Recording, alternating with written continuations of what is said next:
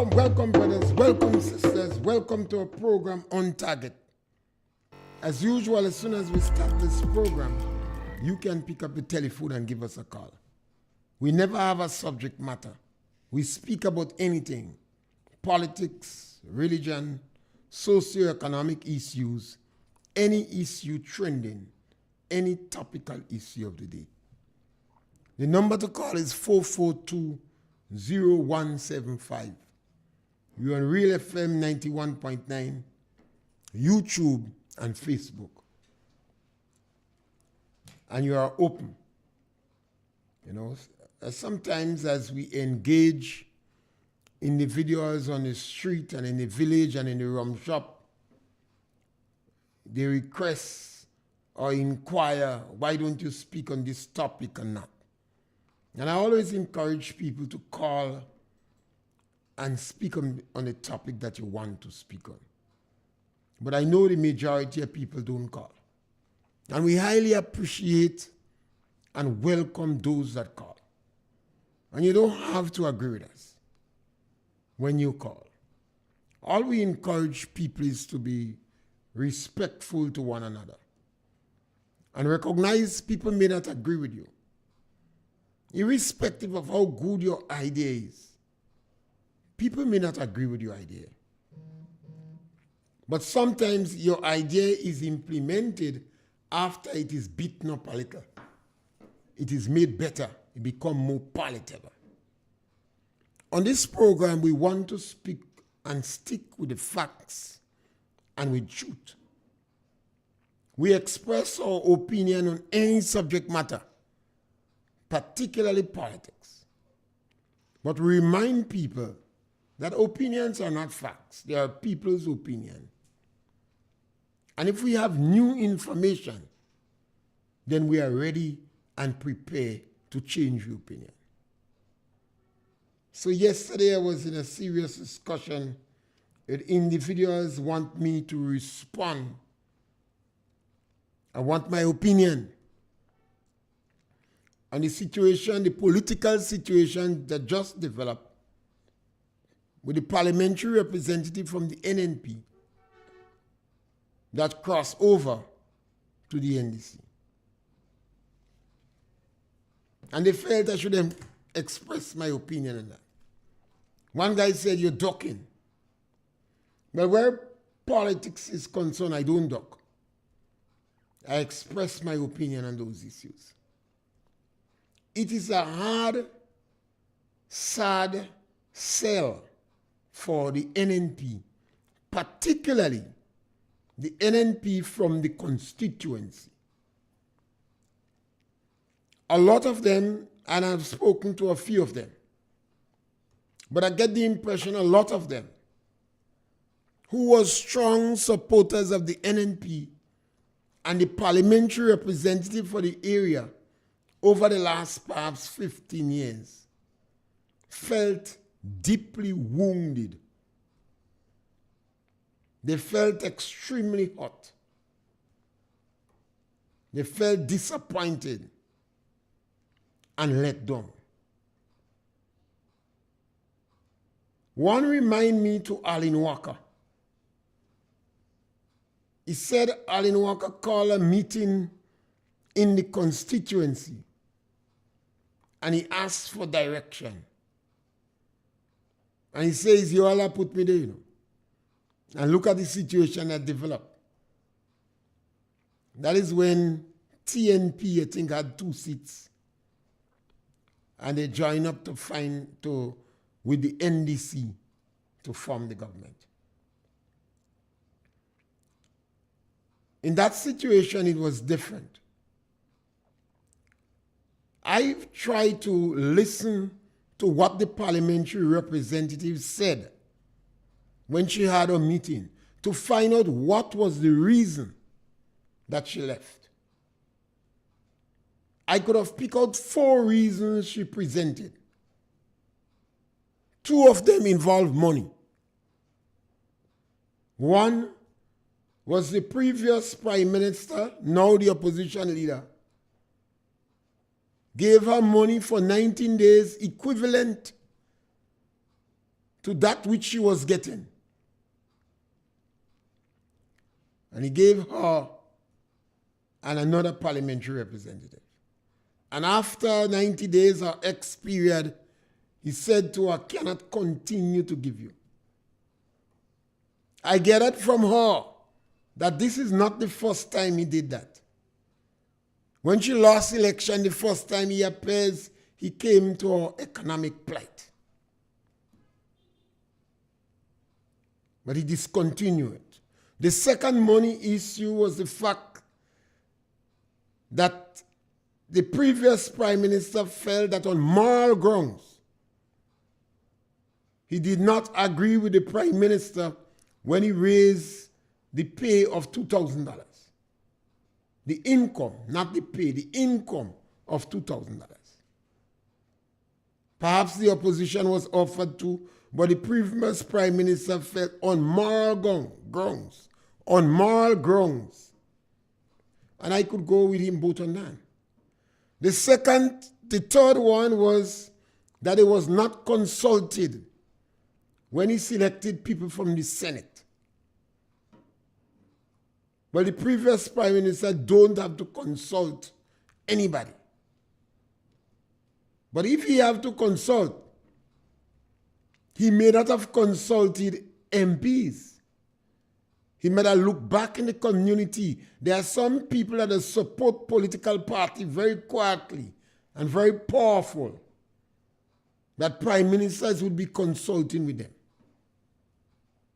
So you don't have to consult. The third reason, the fourth one, that the minister expressed, the parliamentary representative expressed her opinion to the opposition leader that he should demit office. And it seems as he was appalled or shocked, and he did not react too well. I'm trying to put her comments in my own words. Well, I agree with him too. He won his seat convincingly. He has a duty and an obligation to represent his constituency. And if he decides to demit office, he would go back. I expect him to go back and consult with his constituency. So based upon what the parliamentary representative said, I see no justifiable reason for her actions. If so, she is so upset that somebody asked her to resign, then how could you ask another member of your team to resign, particularly the leader? When politicians leave political party, they should present a fundamental reason. I differ with you with policy. I differ with you with strategy. I have fundamental difficulties with your approach. I have fundamental difficulties with how you treated other people. It seems to me that individuals, almost all the individuals who move away from their political party is for personal, selfish, economic reasons. It is for personal, selfish, economic reasons. At one time, people pledged they would help the underdog, the people in the lower income group. Almost every politician in yesteryear enter politics to make the life of the people better. Almost every political party, politicians, whether in Dominica, St. Vincent, St. Lucia, Jamaica, as far as I know, enter politics to improve the life of the people. This is a different regime. This is a different government. This is a modern day group that seems to enter politics to open the coffers of government for them to shop. I never dreamt that this would take place in Grenada. That we'll have a group of politicians that feel comfortable in being hostile to the most needy in our country and have brazen, their actions is outrageous and brazen, and believe they have a moral duty to shop in government coffers. Why do I say that? From day one, the government declared that these politicians are not getting enough money. Otherwise, they don't go. The reason they give to avoid corruption. But everybody knows that politicians in Grenada are not getting enough money. Teachers in Grenada are not getting enough money. Public officers in Grenada are not getting enough money. Everybody in Grenada is not getting enough money. But the amount of money you get will be relative to the state of your economy. And most organizations have unions. So the unions negotiate salaries. And government is the biggest employer. So if politicians believe that they want to raise their pay, I have no issue with that. But I believe the politicians should set up a committee with members of the opposition involved and review the income and salary and intake of politicians and make recommendation to the cabinet. In that way, you will appear to be fair and, and honest and overboard with what you do. You establish a committee, you make it as objective and independent as possible. You put a member of the opposition on the committee and you review the salary of politicians. That is the method you should do. I look at this government and how liberal they are in traveling as if they are never see come see. They're not conservative at all. They seem to be traveling as a means to increase their income. You hear rumors that some of them are traveling with a spouse. And they are extremely reluctant to provide information for you. You hear rumors that the development bank is providing loans for them. Something that is unethical. Something they should not do. And they have to be lacking in scruple. You see the ease, the readiness in which the government is prepared to scavenge the poor. Why do I say that? They took $150 from the elderly. Money that was put there because of the economic situation. The economic situation gets worse. But they're running behind some flimsy excuse and justification. And they don't have the guts to provide economic reasons for the action. Even disadvantaged children was affected by the government. You see the manner in which the government is going after people on the borderline of destitution. People whose income is less than $700 a month was not able to avoid the backlash of government. You see government establishing restorative justice, which is tantamount to political vengeance and victimization. And if you was in Grenada way back in the revolution, you would know the rippling effect of that negative policy in the system. So obviously, I had to tell the guys yesterday that the National Democratic Congress provide an attractive law, and it was successful in getting one of the parliamentary representatives to cross the floor and maybe pray for her green blood to turn yellow.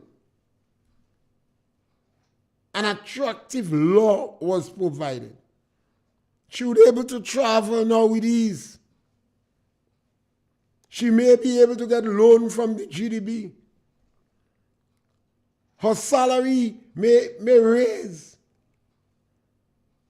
And in addition to that, she may be able to get work for her co-supporters, those supporters who go with her. And I don't blame them. They may be fighting for their job and their survival. She may be able to share in the houses. No. Because you know, under her ministry, houses that was given out by her was taken back by the government. So the NDC government has provided an attractive law. And these things happen. Sometimes people fall for it. We have this problem in Grenada, I guess all over the world. Sometimes you see even children. Yes, caller, welcome. Yeah, Mr. Pierre. Yes, caller, welcome. How are you doing? Great, man. Good to hear you. Yeah, right? Yeah. One thing I wanted to speak about today. Yeah. You listening? No, don't get mad with me. One thing I like for you to address on the program tonight and speak about it in the community. What I would like to see in Carrier community. This old vehicle and these 3 old vehicles, captured vehicles, pack up in the blind corner, come across. They have to remove all that 3 old vehicles. That thing you have to address on the program too. That thing you have to speak on the program. Because this causing mosquitoes, rats, everything will be going below these old cars and them there. And, actually, whatever. I wanted to speak about that today. The 3 old vehicles, where they cut out all the parts, and this 3 old vehicle is on the roadside. That I wanted to speak about today. Have a good day. Caller, don't go, caller. Don't go. Yeah, don't go, yeah. One of the things you have to find out if the vehicles are on the roadside or if it is in people's land. If the vehicles are in private land, there is not much you could do anything about it. If it is on the government, caller. Yeah, Mr. Pierre, listen to, yeah. If it is on the government roadside, then the government start a system removing vehicles. You just have to call them. But, Mr. Pierre, but if it is on the government property which on the side of the road, and every day you pass, you're supposed to see these 3 vehicles park up on the roadside. Is it on the government? 24/7. All right, caller, thank you. Yes, all right. Thank you, yes. We have to be careful whether the vehicle is on government road or whether the vehicle is by the side of the road. Because if the vehicle is on private property, government cannot remove it. Because it's on private property. But if it is on the roadside, and I think government have 10 feet from the center of the road. So, cultureman, if the vehicle is on the side of the road, but not on government property, there is nothing you could do about it. Yes, caller, welcome. Yes, Mr. Pierre. Yes, sir. All right. Yes, Mr. Pierre, good afternoon. Well, I thought culture man would have talked about it for himself. Yeah. He want me talk about it. Right. So I want to support you 90% with the way you start off concerning the parliamentary representatives that leave the NDC, leave the NMP, and join with the NDC. I with you almost in everything you said. But some of what happened still something sort of controversial for me. For instance, she's not in the cabinet of the party, and we don't know if she will be in the cabinet, right? So she's more or less a sort of backbencher there, and she says she can do better there, do well there for her people or constituency. Okay, when she was elected, and I want to make it clear for that I have no problem with where the woman wants to sit or where the woman wants to support. But I have a problem with people crossing the floor when you was duly elected by a political party. I have some problem with that. But the other hand is, if the lady wants to be a proper representative, you have now to champion the cause of the persons who they sent home. One, the persons in your area that in your place that wasn't getting paid. Two, and you said that you all was working in jointly. But since after she came out from America, I have not heard before she joined. No, I have not heard of anything that she did jointly with the other Miss Thomas. So if you were so eager to work in jointly for the benefit and well-being of the country, you should have been holding more dialogues with her. You should have been involved in more things that she was involved in, and I didn't see that happen. So I don't know if now that she's not in the cabinet, when the gentleman will bring her into the cabinet, if we'll see a different change. But as it is now, I haven't seen she did anything different, because she went to America with them. She and Andy and them. She went and give toys with them, and she said that she was willing to work in the constitution. I have no problem with working with the opposition and government in the community. But what did it bear? I have not seen the fruits that it bear. So now that she leave completely, I want to see if they're going to bear different fruits. That's my take on that, right? The next thing is, you said that you had some questions to ask me on the agriculture. I don't know if you want to prepare to ask them. No, I could answer some of them. Maybe the next time. Huh? Next time. Right. So when you're ready to ask me them, if you tell me the question in advance, perhaps I might search for some answers. Yeah, but I didn't prepare it now. Okay. Yes, scholar. And even so, the NNP members was chastised when they expressed concern what she mean by working together. They was chastised mercilessly simply because they expressed concern what you mean by working together. Instead, it seems the parliamentary representative took time off to make sure she have text and voice and other issues while she was functioning with her friends and top supporters. And that one is sad. Very sad. Very unfortunate that you will use private conversation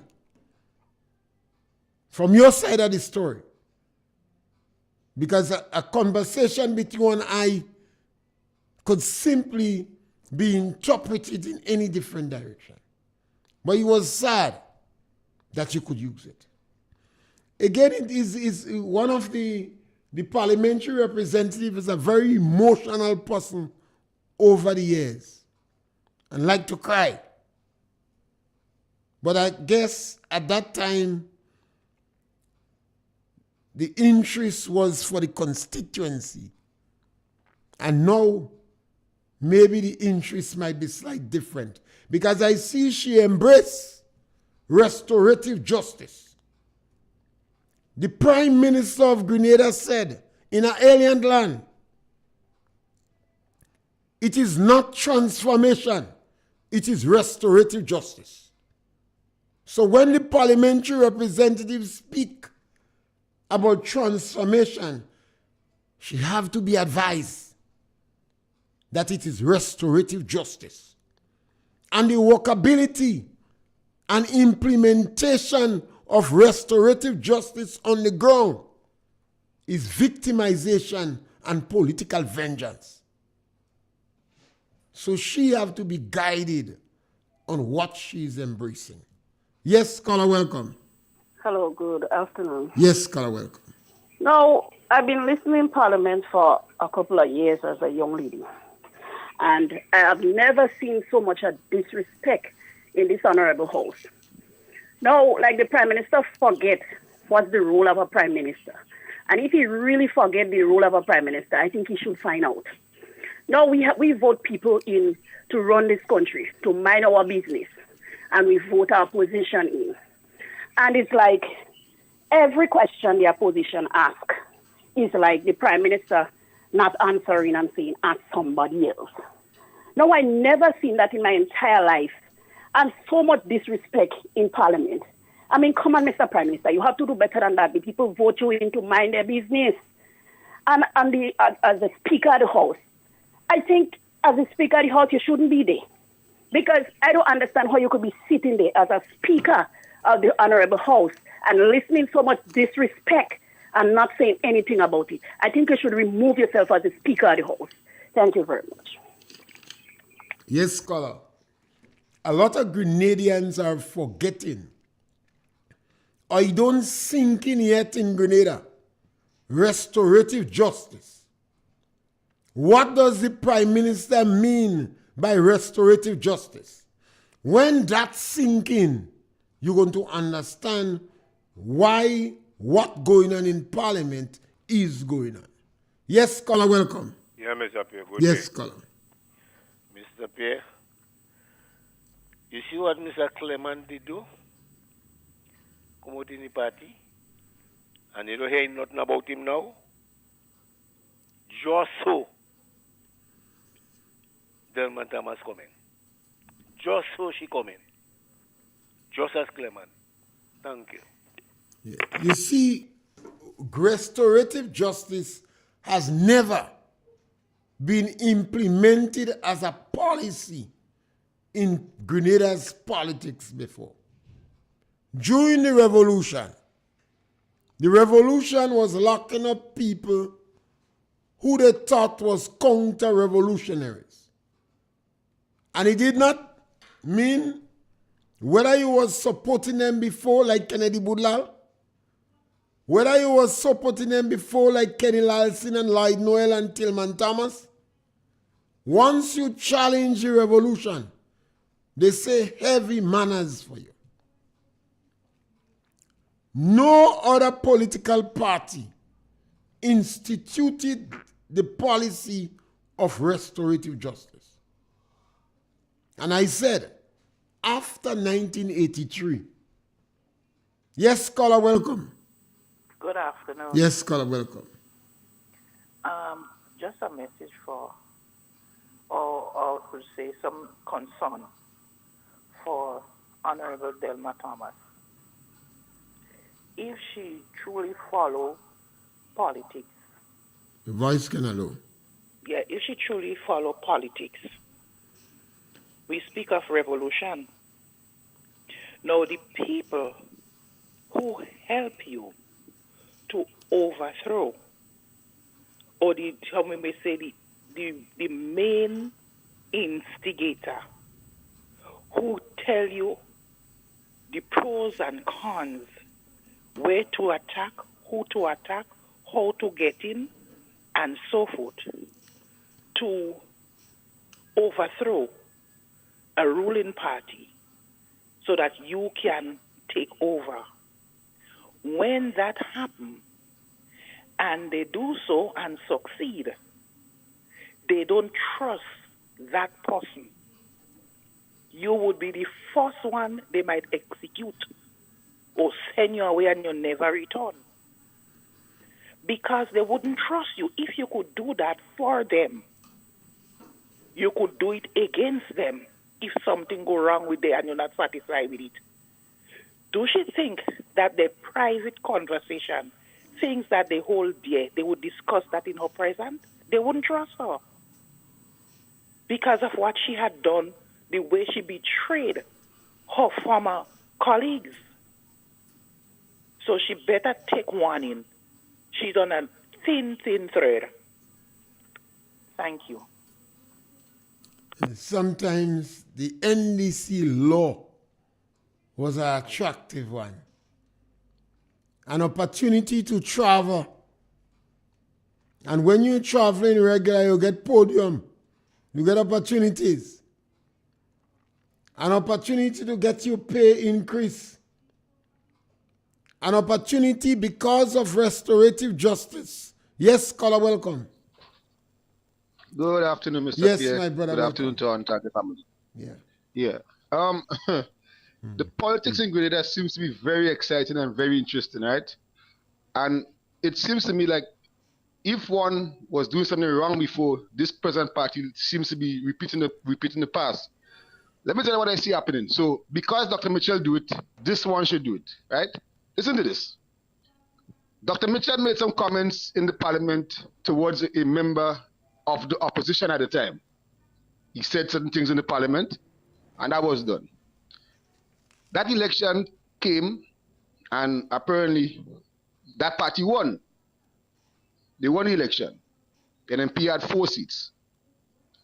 That election came again in 2013. That party lost. That member was not a member of any government. That party that lost the election, they expelled some members from the party. Some of the members joined the NMP and some of the members became ministers, right? No, I wouldn't say I would agree with everything Dr. Mitchell has done or said in the past. I wouldn't follow a party blindly, right? But when you're hearing something on a radio from a citizen calling a member or a minister certain names, and then you hear somebody calling and trying to back up by saying, if you forget what Keith Mitchell done in the parliament, what is done in the parliament is different to what is done on the street, right? The parliament will deal with that. And yesterday I saw something, Mr. Pierre, where I listened to something. The member for St. John, she said certain words, and the Speaker of the House called out on it, and she actually lied to the Speaker of the House. And the recording is going around. And these are the little things that we do not see or we do not hear. What is politicians are doing right now? Sunday gone.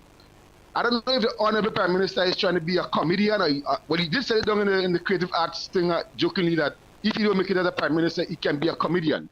He was making fun of saying that Dr. Mitchell born in Appeal, but you're not living in Appeal, you know, to make a kind of scene. But Honorable Prime Minister, you were born in St. David's, as you say, but are you living in St. David's?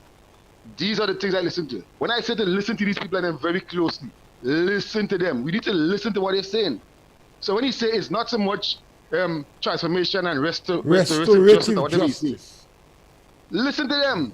When he say, well, the people deserve 650, and he come and take away 150 from 450, his maths ain't adding up. And these are the things. And when you look at the composure and decorum in the parliament towards probably Dr. Mitchell and all the others on the other side, it is very confrontational. You can see how he looks at him. You can see that disdain. Come on. Dr. Mitchell has done you guys nothing. You guys new in politics, and all I can say is take some advice. Because I think clearly... My friend, I think one of the hardest things for them, Dr. Mitchell is very successful in politics. In fact, he's the most successful politician. And it's a kind of political envy that has turned to bitterness on their side. That may be true, but they need to at least take some lessons from this guy. If they don't much like everything he does, but when you hear somebody on a radio station saying, call NMP people this and call them that, and you see these particular ministers taking a picture of that person, it goes to show the level of arrogance and the level of disdain that this new breed of politicians they have for Grenada.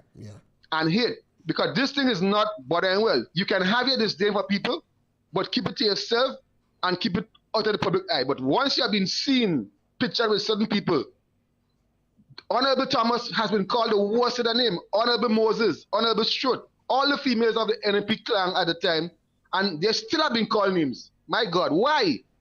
And these people seem to not be learning, or they not been hearing, and they like to congregate around such it. And watch me, that would not be nice for them.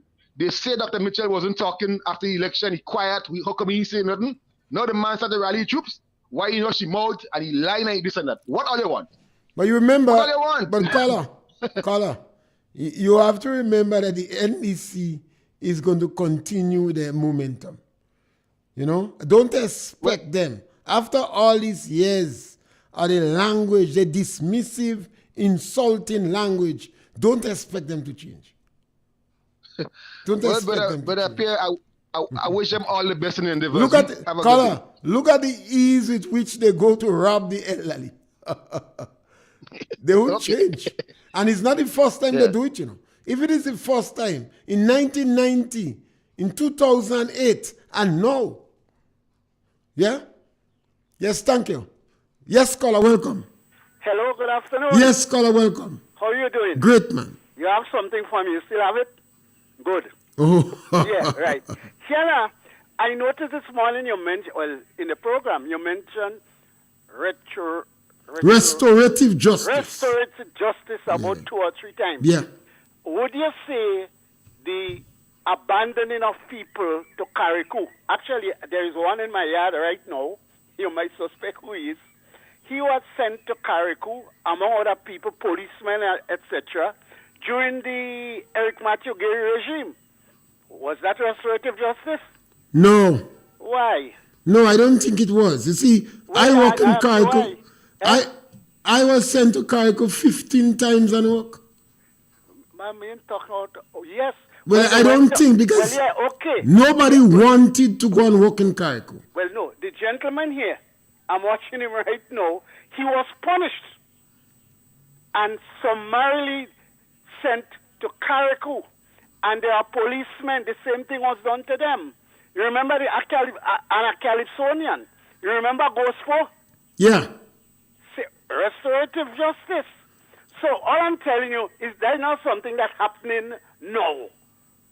And most political parties use that. Secondly, in the parliament, there is something called parliamentary, what's the name, boy? Where you could say what you want and do what you want in parliament. Privileges or something. Eh? Parliamentary privilege or immunity. Ah, that's the one. Parliamentary immunity. Yeah. So we shouldn't take to heart what the politicians on any side, any year say in the parliament. Again, that is they use it. They play to the audience, whether it's in the house or out of the house. I think that's a privilege, and they have the immunity. Certain things are said. Right now, there is a clip going around on a certain radio station, being played over and over and over about a politician when he was, what he did and who he arrests and etc. Parliamentary immunity, that could be said. And I think, people should understand that, well, for want of a better word, the politicians have a right to say what they want in Parliament. I was in a conversation this morning, and they said an MP called people dogs. I didn't hear No, I didn't hear it, and the person sent the clip for me. But when I checked, because I told the person before I heard the clip, I said, well, if the MP calls somebody dog, I mean, I was even thinking about parliamentary immunity or that. I said, but I would consider that disrespectful. And the speaker could ask them to rejoice. Right. The speaker could ask them to rejoice. But the context in which dogs was used talked about big people, the big boys, the big organization. The MP said that among the big dogs, meaning in the business. And I made a mention. It is not rude or disrespectful to say Honorable Dr. Keith Mitchell and Honorable Rob Gonzalez are the big dogs in Caribbean politics. Do you agree with me, sir? Expressions people could use that comment. Well, definitely it's the context. The context, and it's a metaphor for saying things are big. As a matter of fact, the captain of Grenada, most successful football team, was Big Dog. Anyway, remember what you have for me and tell me when I get to it. Yes, my brother. Okay. Always, well, for want of a better word, I'm always edified. Thank you. Thank you. Thank Bye-bye. you for listening. Right. We always have to remember that you're going to have isolated incidents of political victimization. So in yesteryear, a number of people, when they were sent to work in Carriacou, they was seen it as punishment. And there are even stories that Eric Gary punished people by sending them in Carriacou. Yes, caller, welcome. Yes, caller, welcome. We lost that caller. Just try again. But what has happened today? The government is initiated a policy of victimization. That is different from isolated incidents. Yes, caller, welcome. Hello. Yes, caller, welcome. Good afternoon. Yes, good afternoon. Good afternoon. Hi, Mr. Pierre. How are you doing? Great, man. Good as usual. Wonderful. Yeah. Right. So I see everybody getting kind of caught up and maybe a tad bit carried away with this whole parliamentary thing and what's going on and so forth. And I think it's sad because what is emerging as we, the plebs, we, the people, are discussing what we see in the parliament is how little we understand our parliament and its procedures. And they say society is reflected everywhere, and that is clear. Because what is reflected in the parliament now, at least from my assessment of how the speaker handled yesterday in particular, is that he too is currently on a learning curve. But I would suggest that he tries to learn quickly because it's not a good look. I was blessed to have gone to primary school at a time when civics was a big deal. I was involved in organizations as the Rotaract Club when people like Sir Curtis V. Strawn and so came in and they really, hammered into us parliament and protocol and all these things. So that is why some of these things sit with me and some of the people in my generation. But I realize a lot of us, we don't have that. And so whenever these discussions come up, I try not to be judgmental, but try to share what I know or to understand the level from which people are understanding. As it regards to what's going around with Minister MP Karen James and her reference to dogs. As you know, I am trained in media and communications, and listening is a big part of that. So I have since listened to that clip 10 times, and every time I've listened, I've heard dogs. But that's what I heard. I cannot tell you what to hear, right? When she didn't call anybody dog. She was making a presentation and she said, her ministry is not just a local interaction. It's international as well because they have to go out there and interact with people and, hear and take from the big. I really believe she meant to say big boys. I will not even be surprised if big boys are written in her presentation. But you see, in speaking, dogs came out. So the speaker heard that, and he intervened, rightly so. And he corrected on the language of the parliament. He was right on that. She retorted and she said, well, I'm paraphrasing here. Basically, he heard wrong. She didn't say dogs, she said boys. And, he said, he laughed it off, and it was a light moment for him, and we moved on. That was the infraction, Mr. Pierre. Mm-hmm. You see, what was supposed to happen there is that the speaker had to refer to the clerk, and they look into the Hansard. Because remember, the Hansard records every living thing in the parliament, even when the door push. Every word, every scenario in the parliament is recorded in real time by the stenographer in the Hansard. So at that point, Speaker Caton was supposed to refer to the clerk to see what was recorded in the Hansard in real time, whether it was boys, dog, and I see some people say no, they hear God.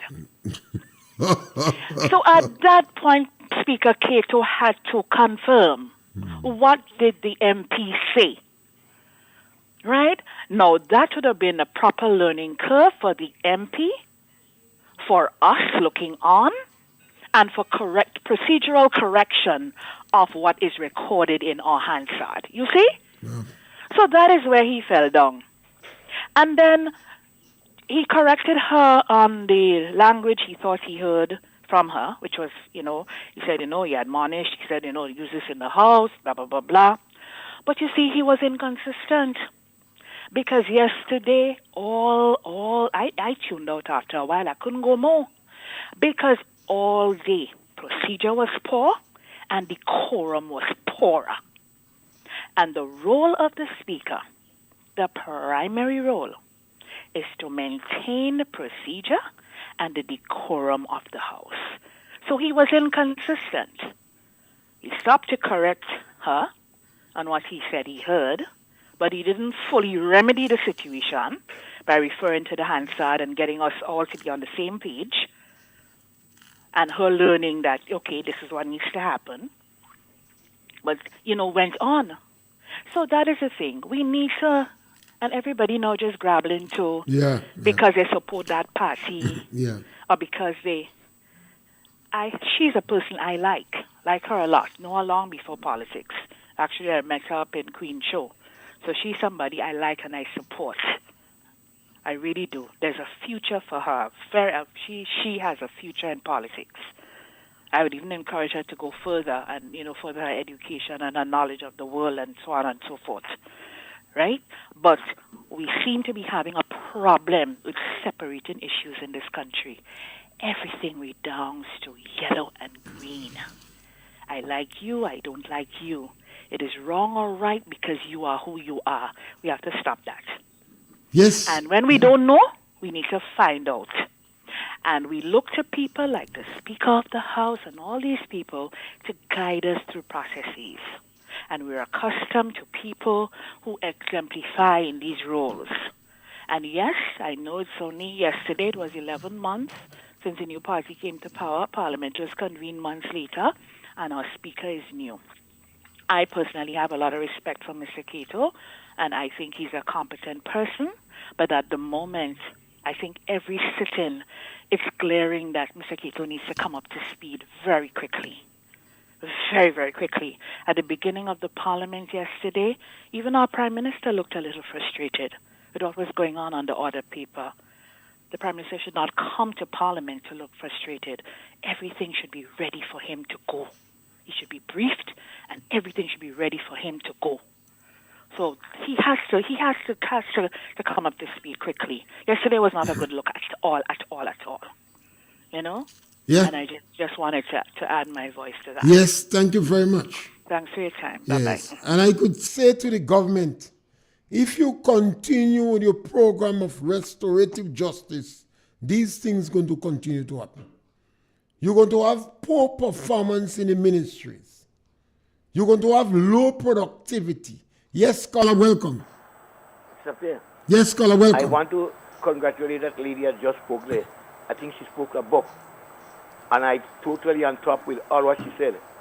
I too was listening, and I think I heard, as I was positive, and I heard Big Dog. But she did, after the speaker tried to discipline her, made an attempt to discipline her, she did say that she said big boys. I am not in a position to say whether he's big boy or what, but what I believe I heard is big dog. That's what I believe I heard. But I agree with this lady that the parliament have to take more discipline up among themselves. And the thing was not, they started up on a really wrong footing because they weren't certain about some papers and the whatnot. And like everybody, nobody could have given any guidance there. And Dr. Mitchell did came in and advised, and the Prime Minister did accept afterwards, saying that he totally satisfied with Dr. Mitchell.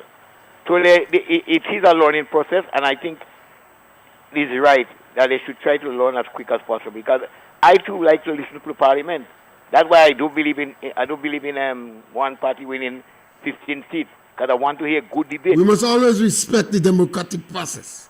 Yeah, and if the people give one party 15, that's what they want. Well, but I like to hear the debate. Right.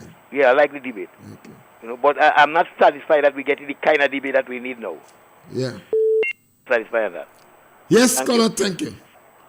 And that is even makes it more necessary for the government to abandon the victimization program. You would not get productivity. Yes, scholar, welcome. Mr. Pierre, good afternoon. Welcome, caller.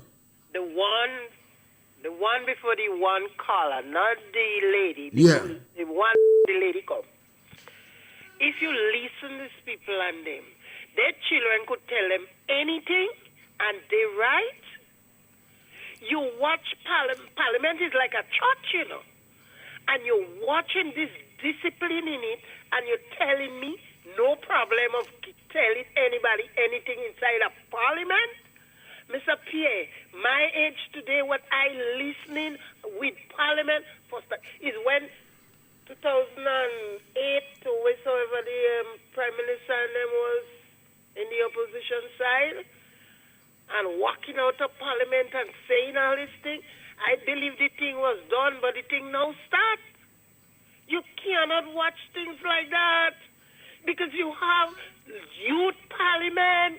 So if you have youth parliament, you're going to look into youth parliament doing this thing, and then what is big people and them saying them is big people? And they say they educate? No, Mr. Pierre, man.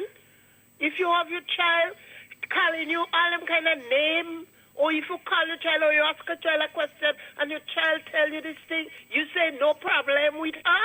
No, man, Mr. Pierre. Put one and one together. Mr. Pierre, enjoy your day. Thank you. Yes, you have parliamentary, I think, privilege, and there's a certain level of immunity. So if somebody says something in Parliament, you cannot sue them for it, right? And you're not supposed to, how you normally put it, imply improper motive. And the speaker would pull you up, or maybe the opposition, the issue, it doesn't seem that the opposition objected to it, but the Speaker of the House called to it. And everything that is said in Parliament is recorded on the Hansard. Yes, caller, welcome. Yes, Mr. Pierre, wait a minute again. That lady is absolutely right. I heard it, I was listening yesterday, and I heard clearly she said big dogs. But I understand the context in which she said it. She didn't mean anything derogatory. Because that has been a slang for the longest while among young people in this day and age. You know, they call people my dog. Oh, my dog, you know, that kind of thing. And so she being a young person, that might have been a normal way of talking on the block, as I understand she's a kind of black person, always climbing with the guys and so on. So that could be a consistent aspect of her language style. I like your... But she said it. She actually said I like your statement. But she correcting herself. I'm not hearing you good. I like when you said you understand she's a kind of black person. No, I said the block, you know, a lady on the block. That's all I understand. You see how it's easy to misread one another? The guys and them. Yeah. That's what I heard about her. Okay. You know? So I can understand that being part of her modus operandi, you might say. But she applied in Parliament. But she actually said dog, big dog. But I understand the context in which she said. And all the lady said there mean a lot, and it makes a lot of sense. Make a lot of sense, yeah. Take care, sir. Yes, thank you. Thank you, caller. Yes, we when you're in Parliament, based upon what you say, somebody cannot sue you. That is why it may not be proper to go calling a public officer and name in Parliament. I see all these things was done. Better you call the position, particularly if you are saying something negative about them, because they cannot defend themselves, and you have immunity in what you say. So the speaker have to learn fast. because the speaker recognized that the members of opposition may not object, but people in the public will take him to task. So I agree that he has to learn fast, and they have to try it again. We have been so disrespectful to one another. And I must blame the National Democratic Congress, because in their language, in their utterances, they have been so dismissive and contemptuous when they're speaking about the opposition. All sorts of negatives. They cursed the church. They were calling people who were wearing national colors clowns. And so much of negative expressions that no wonder people expect them. That maybe that is why people have the microscope on, listening to them in Parliament. So even if the members of the opposition do not object to your expressions or your actions, the public going to look at your consistency. And that is good for the democracy too.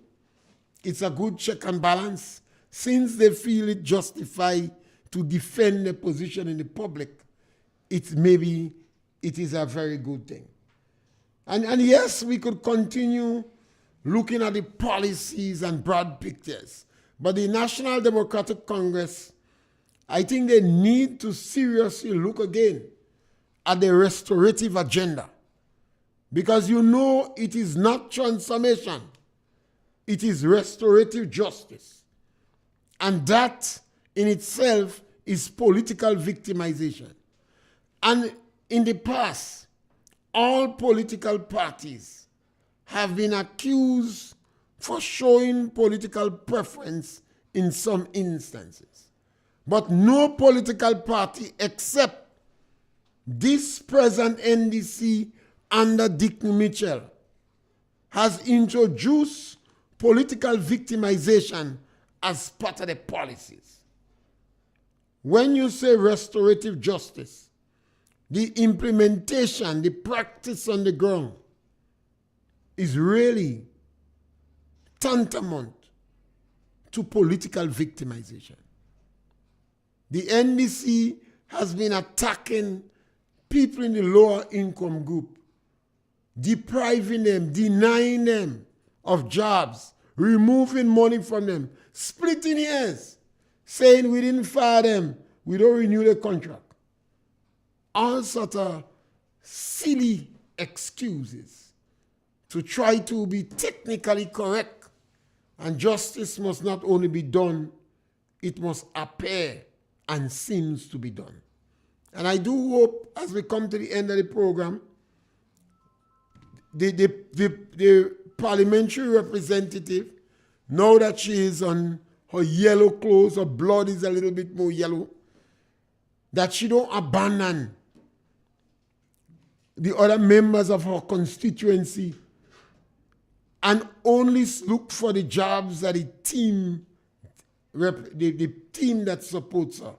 Because a number of people in her constituency have lost their job. And some of them in the caregiving program, they told me they're walking on ice. Thank you very much.